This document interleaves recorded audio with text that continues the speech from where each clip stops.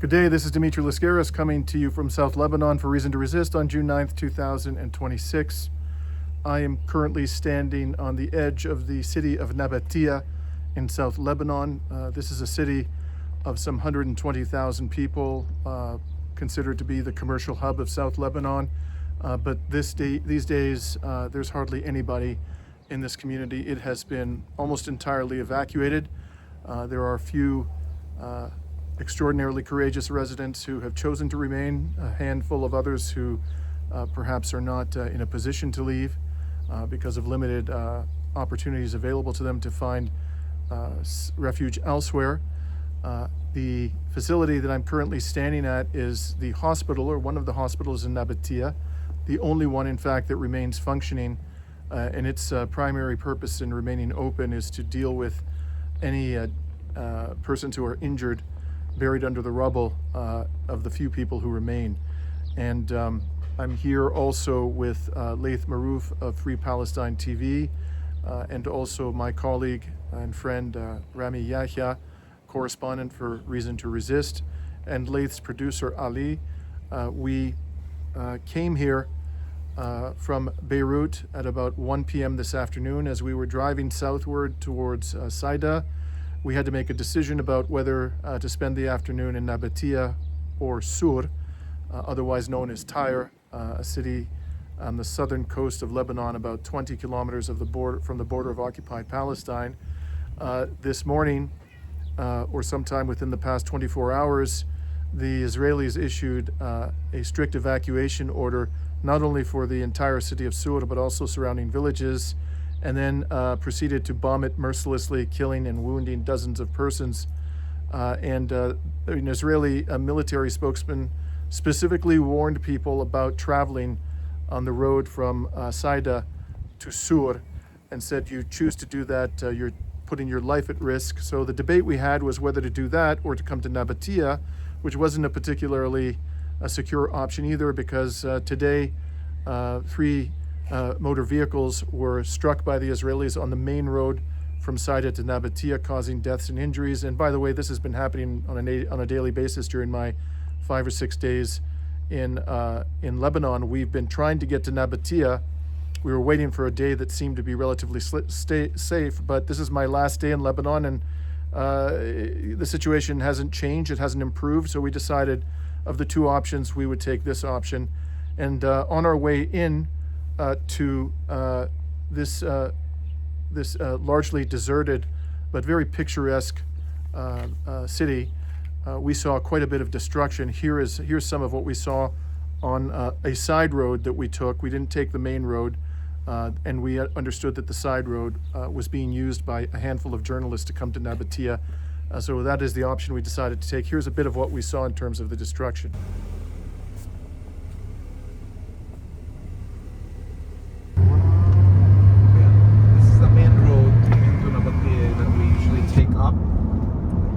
So is this the road on which people were killed? Yes, but we're at the last stretch of it. We right. cut through, so we don't take the main road that most of it which they got hit on. Where did all this rubble? Well, there's where the rubble came from.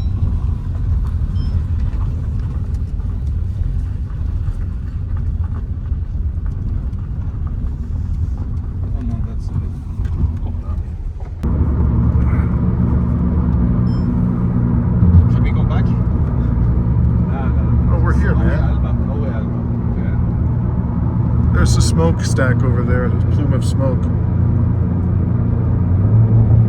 You see that? Yeah.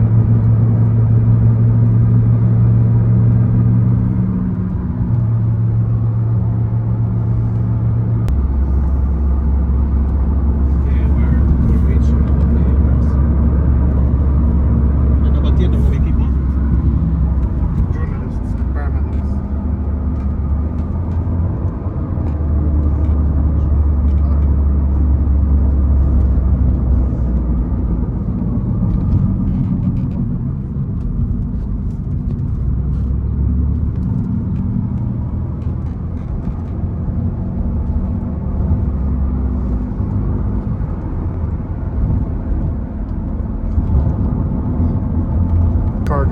bits.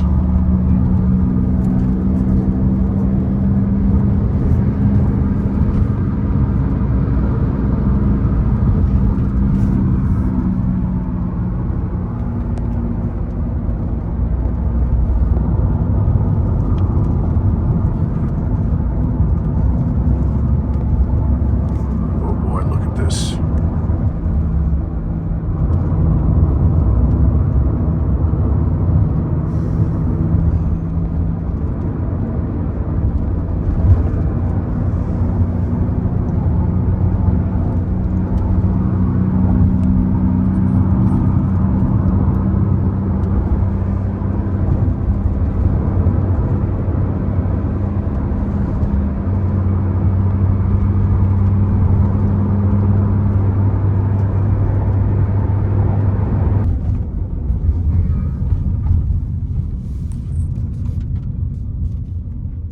خلينا نختصر عليكم. Are we at the hospital? من هذه الفتحة. Wow, this is quite a bit of destruction here.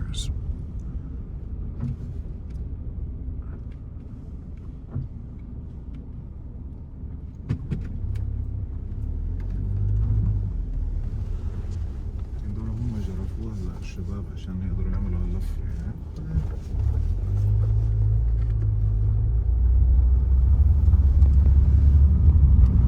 مين هذا؟ Sorry.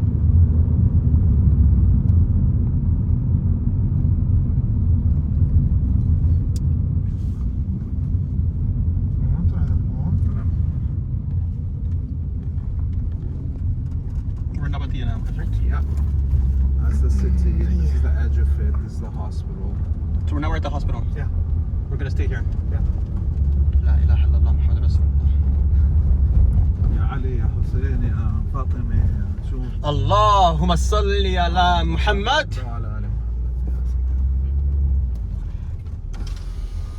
السلام عليكم. يعطيكم العافية شباب. I'm standing right here at a house. It's more or less part of the hospital complex. And inside this house, there are emergency workers who are sleeping. It's unsafe for them to live in their residences in the surrounding area, but they've remained on the job, admirably so. And so a lot of them are just laying on mattresses inside the living room of this house. I'll take you right now through the house, and you can get a glimpse of what is going on inside.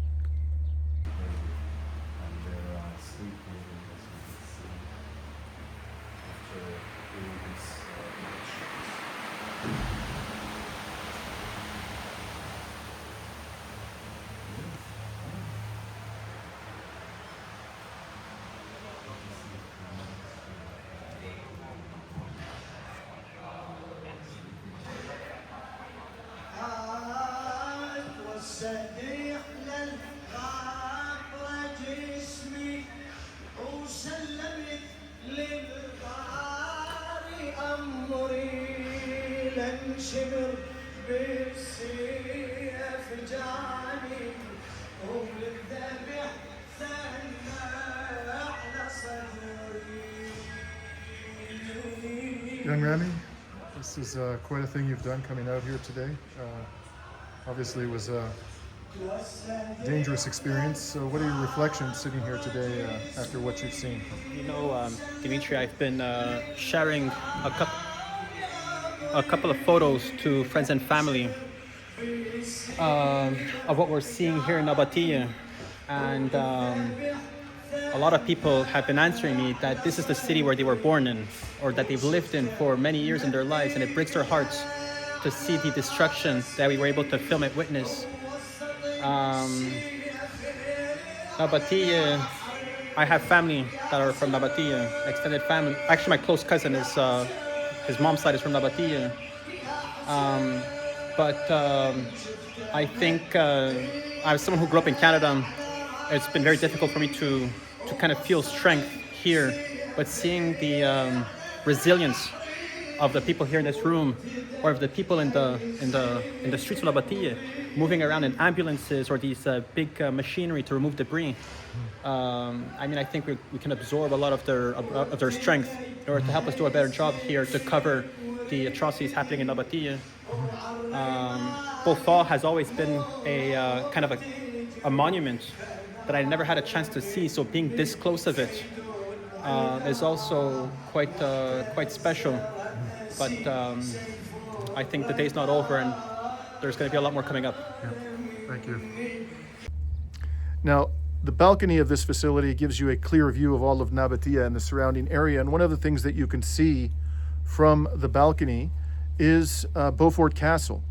Beaufort Castle is the Crusader era castle. It sits atop a summit and overlooks this entire valley and surrounding hills. And it was the subject of international media attention during the past couple of weeks because the Israeli genocide forces claim to have seized control of it. There are indeed Israeli soldiers, I prefer to refer to them as terrorists, on or around the summit of Beaufort Castle, but they're not doing much other than hiding nowadays because they are being hunted down by the resistance with FPV fiber optic drones. A number of them have been killed and wounded, and the resistance has published videos of these attacks on these occupying soldiers, and I've shared some of that video footage with you on Reason to Resist previously. In any case, here's a closer look at Beaufort Castle from the balcony of this emergency worker accommodation.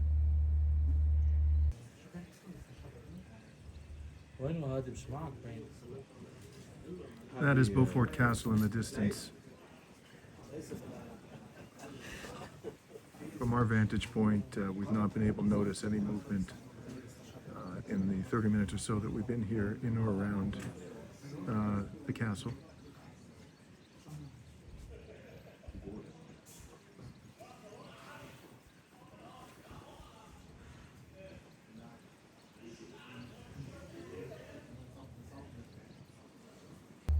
Now, thus far, we've been here for a total of about I would say 2 hours, and maybe at most 2.5 hours.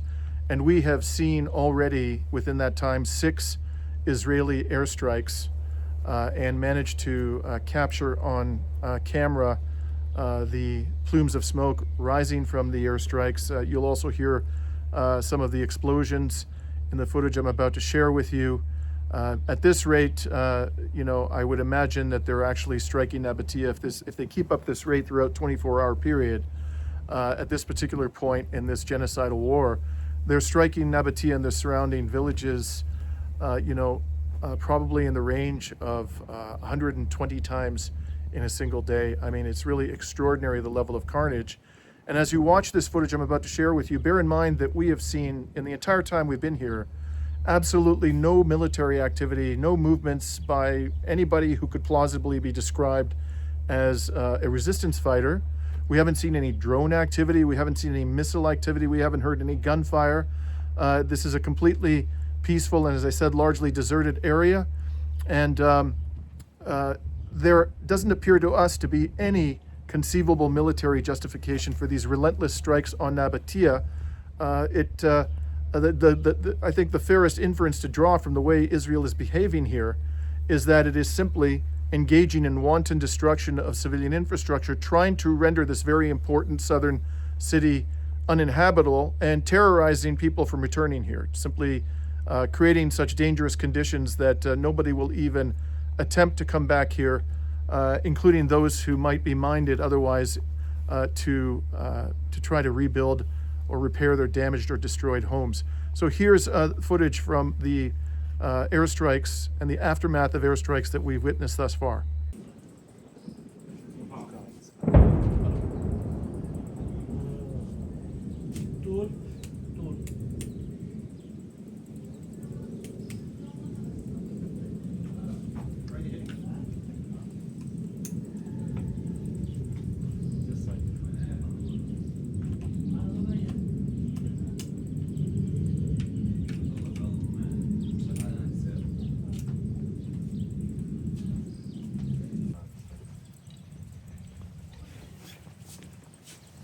مش متزوج بس.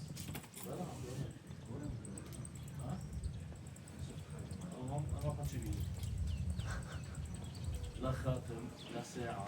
رامي Looks like there was another airstrike over there. Are you scared? Are you? Yeah.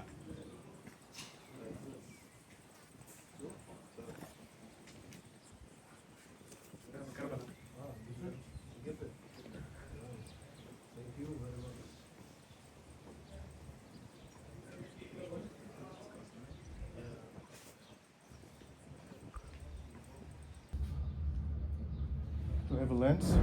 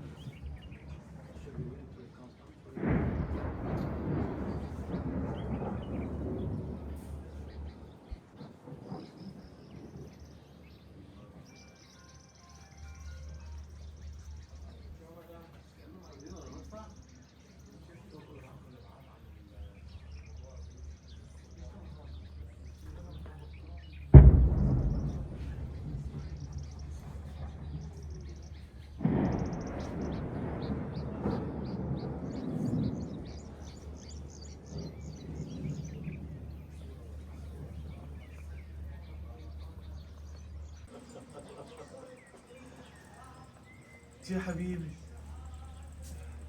شو عم تعمل؟ عقل مبين.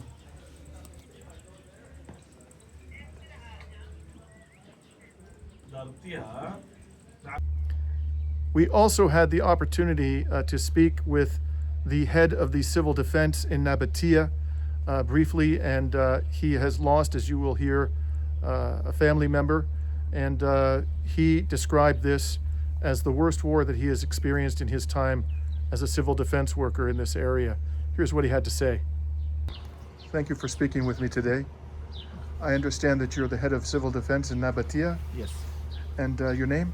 Mohammed Suleiman, Chief of Nabatia Ambulance. So when my comrade Laith was interviewing you a moment ago, although you were speaking Arabic, I understood from my other friend that you talked about how this was the worst war you've experienced. Why do you say that? بالعربي شوي. بس ترجم لي السؤال. سأل إنه أنت لما كنت عم تحكي معي قلت إنه مقارنة بالحروب الأخرى هاي أصعب حرب. ليش برأيك هي كانت أصعب حرب؟ أول شيء لأنه خسرنا 3 شباب من شبابنا هيدي بالدرجة الأولى. تاني شيء مقارنة بالحروب الماضية ما كان في هيدي الذخيرة اللي هي ممكن تروح الصاروخ اللي ممكن يروح حي منه لا كرمال شخص واحد، يعني هن إذا بدهم يستهدفوا شخص عم بينزلوا الحي. فكمية المتفجرات اللي عم تنزل وكمية الصواريخ اللي عم تنزل وهيدا الإطباق الجوي من المسيرات ومن الحربة ما كان موجود قبل. يعني قبل كان في قصف مدفعي، كان في غارة بمحل معين، بس ما كان في هالقوة التدميرية اللي عم يتبعوها هلا بهيدا الحرب. So first off, they have 3 martyrs. They have 3 martyrs right now. This war, they didn't have martyrs in the wars before. They were not direct targets as they are today. Secondly, the munition that the Israelis are using. They're using GBUs and so on to, let's say, kill one person and then taking a whole block with them and the rescuers and so forth. So it is the kind of munitions and the veracity and viciousness of how they're using them, plus the targeting of their teams that hasn't happened before. Have you seen cases where the Israelis used white phosphorus in this area? شفت استخدموا فوسفور ابيض حواليكم؟ ايه امبارح كانوا عم يستخدموا حوالين قلعة الشقيف بزوتر كل يوم في استخدام للفوسفور الابيض. Every day there's white phosphorus used, and you can see it all the attacks around Arnon Castle, the Mufor Castle, and the villages outside Nabatia. Since the so-called ceasefire began in early April, approximately how many people have you and your colleagues pulled from the rubble, whether dead or alive?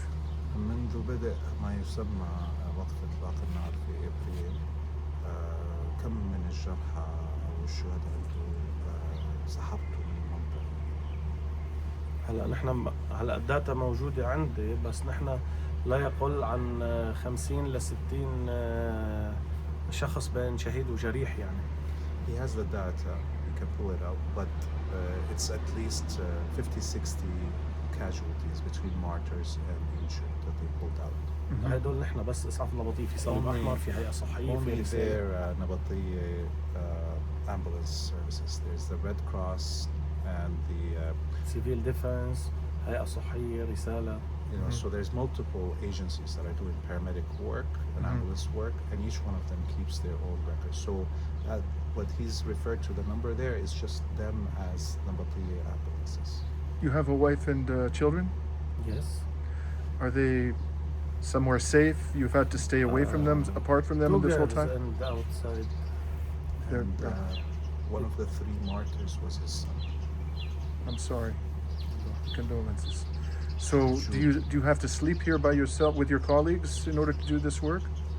بتنام هون. كل الوقت نحن من اول من بداية الحرب، يعني نحن اليوم 100 للحرب، فنحن باقيين بعدنا هون ما ظهرنا يعني.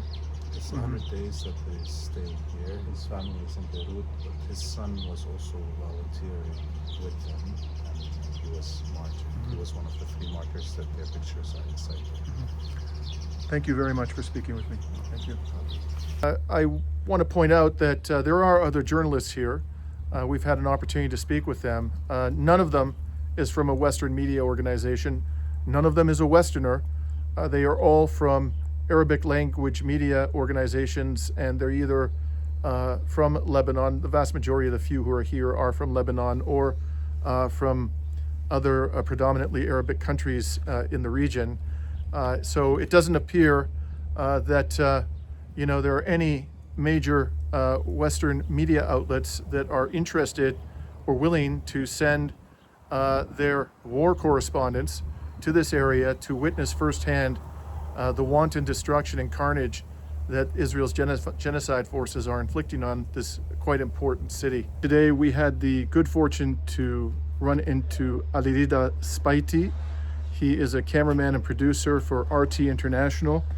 Ali, in addition to being an extraordinarily courageous and principal journalist, also happened to be with RT International war correspondent Steve Sweeney a few weeks ago when they were almost killed by an Israeli strike.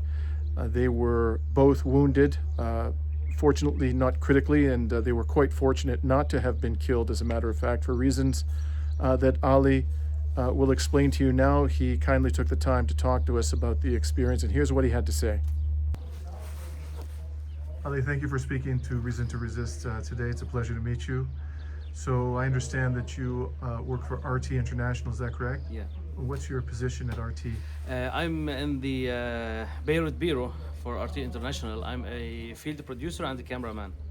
And you've been covering extensively the war on Lebanon being carried out by the Israelis, and I understand that your colleague Steve Sweeney, who, as many of us know, appears to have been targeted, you were there that day, and you also became very close to losing your life. Could you tell us what happened?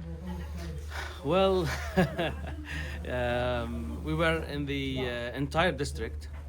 We were covering when the Israelis started to block the roads between southern and northern of the Litani River. They started targeting the bridges over the river. So one of the bridges, it's a very small bridge over the Litani River. It's called the Qasmiya Bridge. They targeted the bridge at 9 p.m. So we came the next day in the morning to cover the story and to say how they are trying to cut the country in half and to block especially the return of the people, because we know that these attacks doesn't affect any work for Hezbollah, because of course they will not be carrying missiles and crossing the bridges. So it's just to attack the civilian infrastructure and the way for the people to come back to their villages later. So we were there, went the next day in the morning. Of course, we got clearance from the Lebanese army. We got everything ready, prepared. We had our press jackets, and we had every sign that says that we are press and we are journalists standing there. and we also have our car, and it has a very big press letters on top of it. So we stood there, and once we started filming, what we do, because we're just the two of us, I put one camera on Steve for him to record his stand-up, and I go to get another B-roll and footage for the scenery, so we work quickly and leave the scene. While I was doing that, Steve's camera started shaking because it was very windy. So he called me back to the tripod to hold it still. Once I hold it, just few seconds after that, and the strike hit the same bridge again, even though there was no military advantage in destroying that bridge because it was already destroyed and already non-usable by anyone. There was only just half of meter left, and you can only cross it by foot. And yet they targeted the bridge again. And I think it's some work from God that we were saved that day, because it was just a few meters away from us. Steve had wounds in his hands, and I had shrapnels in my thigh, and I still have shrapnels inside my body right now. We weren't able to take them out. It was deliberate because they targeted the bridge without any. They don't have any excuse to target the bridge again, and of course they see that they were, because at that time there was UAVs, drones on top of us, and also we were hearing fighter jets. So we know the surveillance for the Israeli army and the advantage they have at this in security. So they knew that this were us, because they know our car, because we travel a lot through South Lebanon, and of course they track our phones IPs also. So of course they can easily identify the personnel standing there. Yet they chose to target that bridge while we were standing there. So I think because it was already destroyed, the impact got the wave below the bridge. That helped more to save our lives. So, as I recall, Ali, the Russian government, RT is of course state-owned, it complained vigorously about this. Can you tell us a little bit about that, and what was the response of the Israelis to the complaints of the Russian government?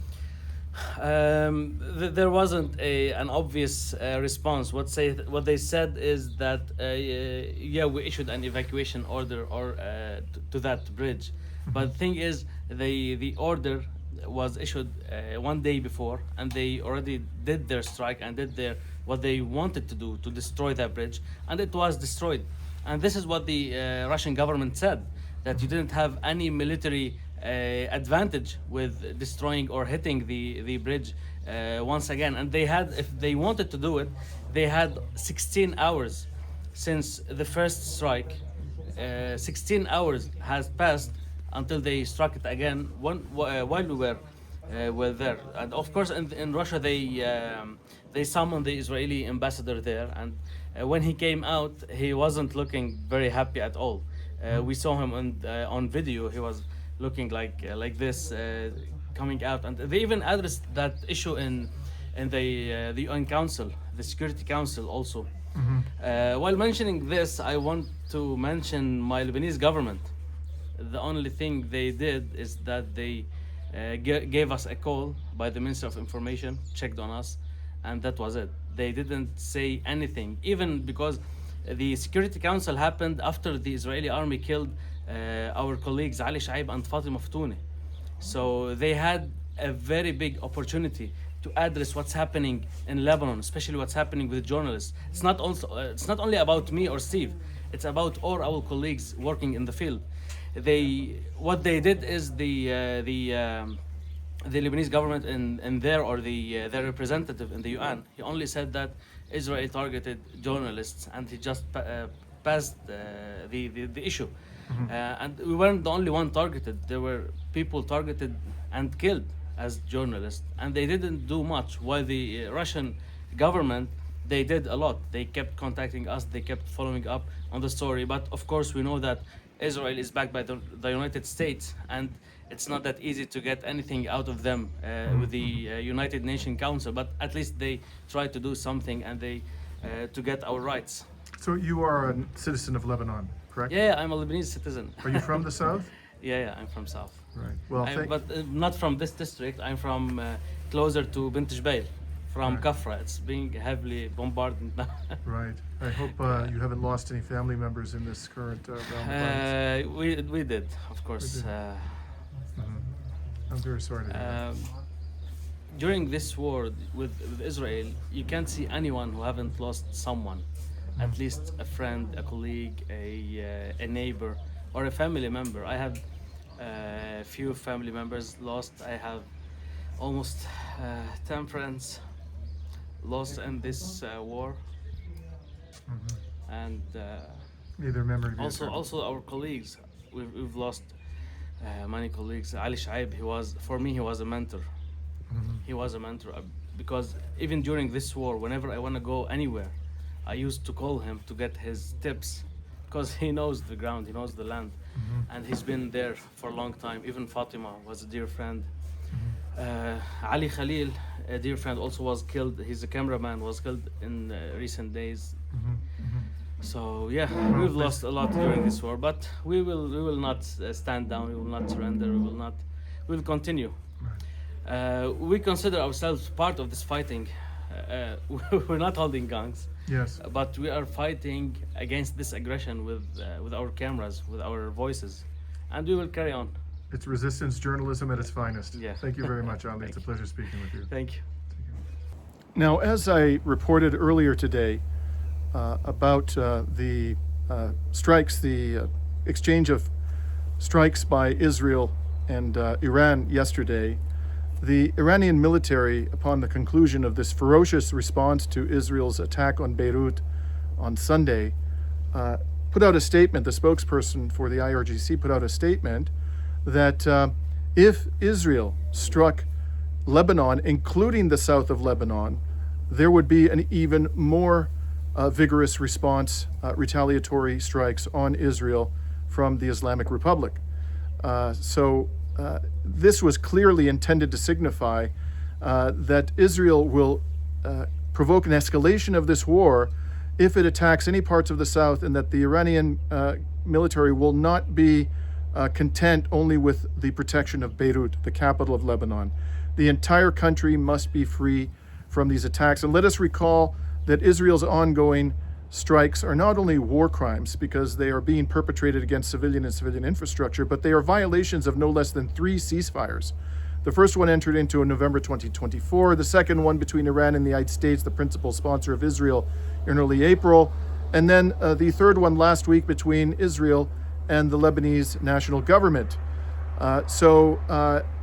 Iran has every reason, not only the people of Lebanon, they are first and foremost the victims of these genocidal crimes, but Iran has every reason to object strenuously and to punish Israel for its ongoing criminality here in Lebanon. And by striking Sur, not only did they strike Sur, but they are devastating Sur to a degree perhaps that they haven't at any time during this genocidal rampage in South Lebanon. The Israelis must know, especially after what happened over the past 48 hours, that the Iranians are very likely going to resume missile and drone attacks on Israel.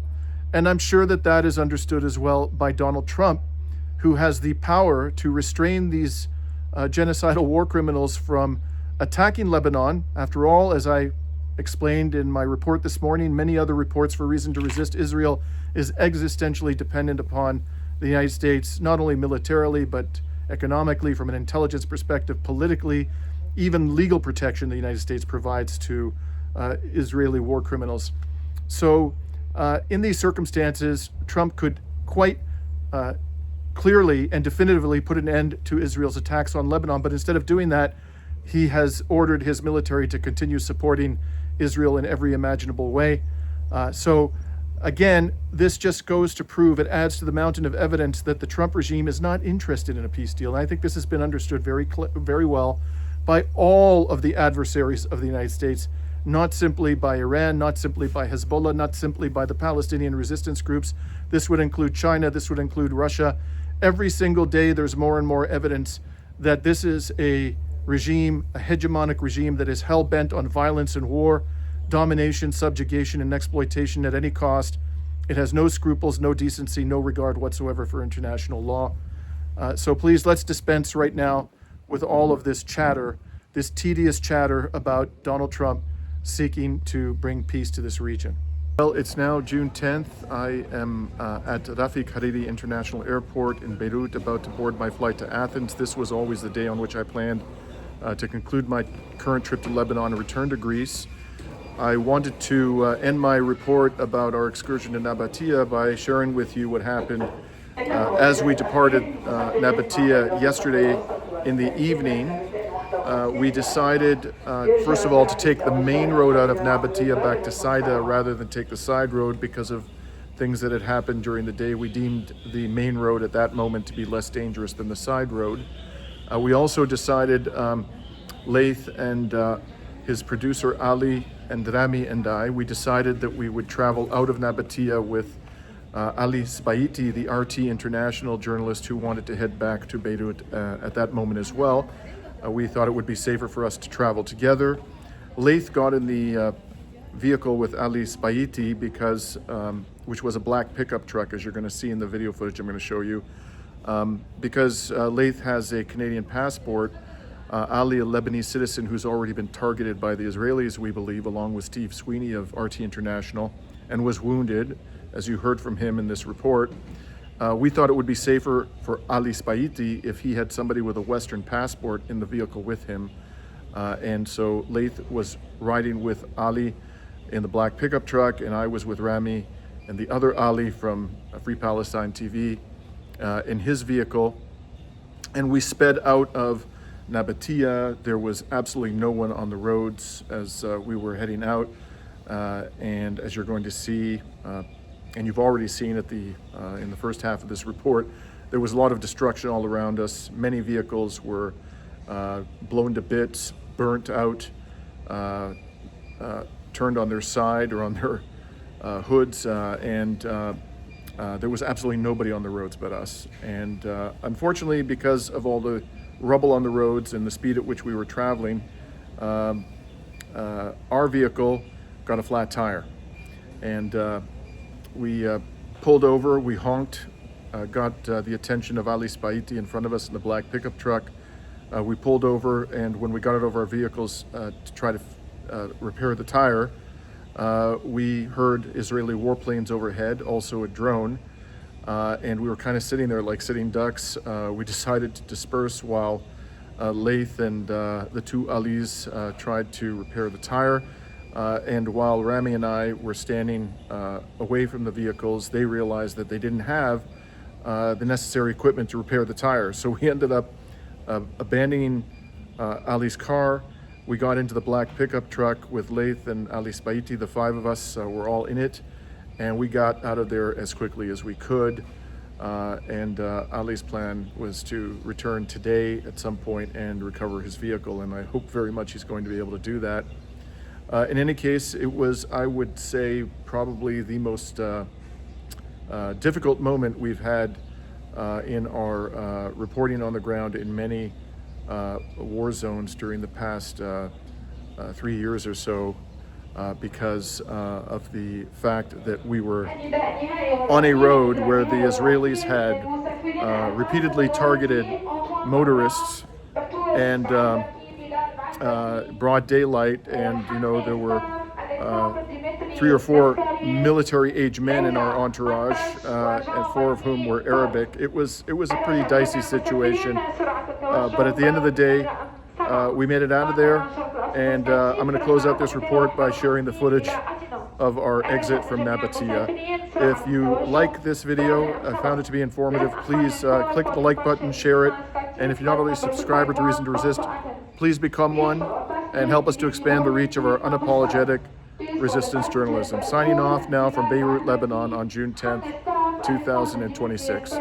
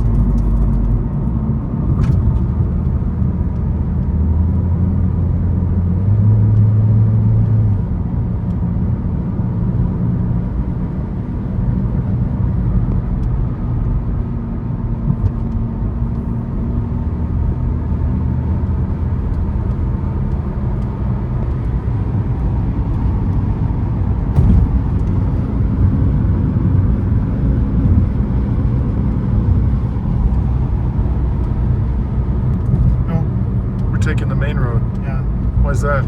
safer. Why is it safer? For now.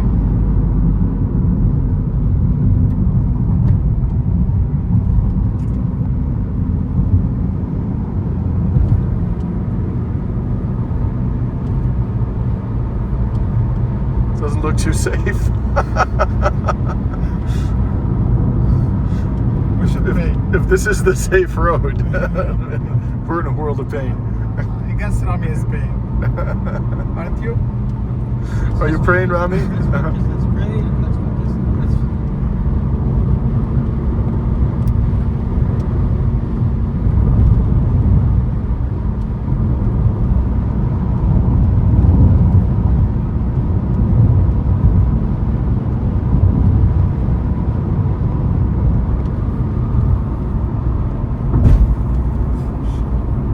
What happened? Continue. What happened?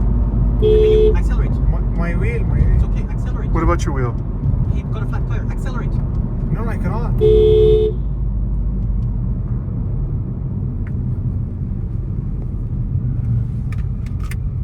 You have a flat tire? I guess.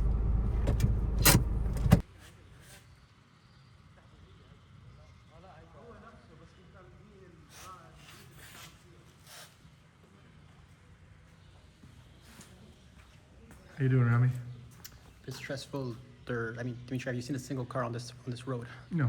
Every single car we saw was broken down, destroyed. Wasn't broken down. They were bombed, destroyed. Bombed. Yeah. I think this is like the worst place where the car could break down.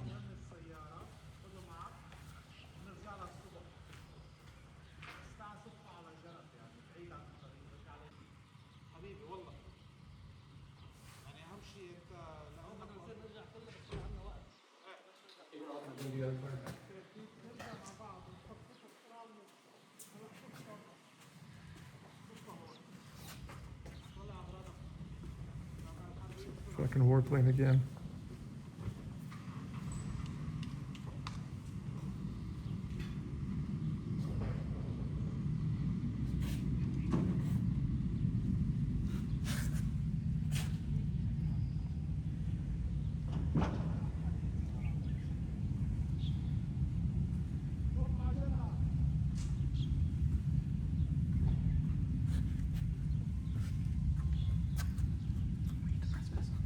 Hmm?